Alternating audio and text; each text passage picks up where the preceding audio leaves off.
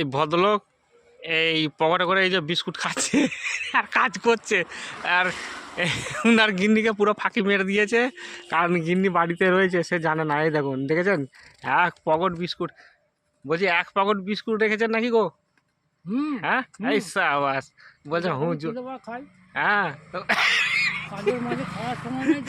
এই যে এই যে কয়লা বাঁচছে, মানে চালছে, চালতে চালছে, আবার বিস্কুটও পকেটে রেখে কাজ করছে, খাবে, ওই যে খাচ্ছে। হ্যাঁ, না খান, খাওয়া ভালো, খেলে শরীর ভালো থাকে। হ্যাঁ অবশ্যই, আমি জল এনে দেবো, আপনি খান, আমি জল এনে দিচ্ছি। না না, এখন বকানোটা ঠিক হবে না, কারণ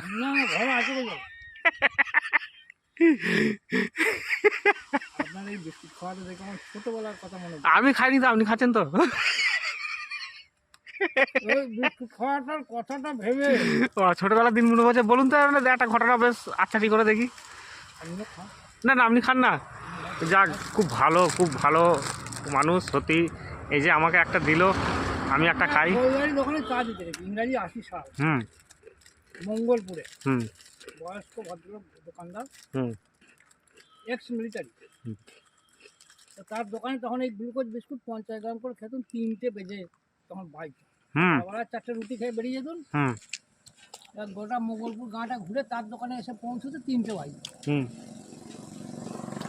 পাশে স্কুল ছিল, প্রাইমারি কল ছিল, ওর কাছে বিস্কুটটা নিয়ে কিনে খেতে খেতে কলে জল খেয়ে ঘর আসতুম। এসে 4টে সাড়ে 4টের সময় ঘরে পৌঁছতুম, চান করতুম, ভাত খেতুম, আবার ব্যবসায় বেরিয়ে পড়তুম। বিকেলবেলা যেগুলো কাছাকাছি সেগুলো বেরোতুম।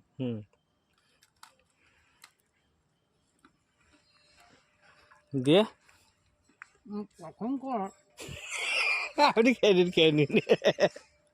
তখনকার দিনের এই কথাটা আজকে এই বিস্কুটটা খেতে খেতে মনে পড়ে গেল। বিস্কুটটাই আমার নেশা। আর এটা গ্লুকোজের বিস্কুট।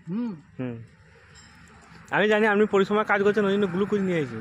তো সেই ভদ্রলোক বলতো, তুমি প্রতিদিন এসে এইখানে তো বিস্কুট কিনে খাও, খিদে পেয়ে যায় নাকি? দিয়ে আমি বলতো, হ্যাঁ খিদে পাই। এবার টিফিন কোটার উপর একটু মুড়ি ফুড়ি নিয়ে আসবে। সকালবেলা রুটি খেয়ে বেরিয়েছি তো, টিফিন কোটা নিয়ে আর মুড়ি আনার চিন্তা ভাবনা থাকে না। দিয়ে ছিল মজমসে, এখন তো কাটার মতো শক্ত। এখন দাঁত নাই, দাও না, টিভিতে কষ্ট হচ্ছে, কষ্ট হচ্ছে, বয়স হচ্ছে। বলছি চুলগুলো কালো করেছেন, দাড়িগুলো কালো। দাড়ি কালো করা যাবে কেন? এ তো সপ্তাহে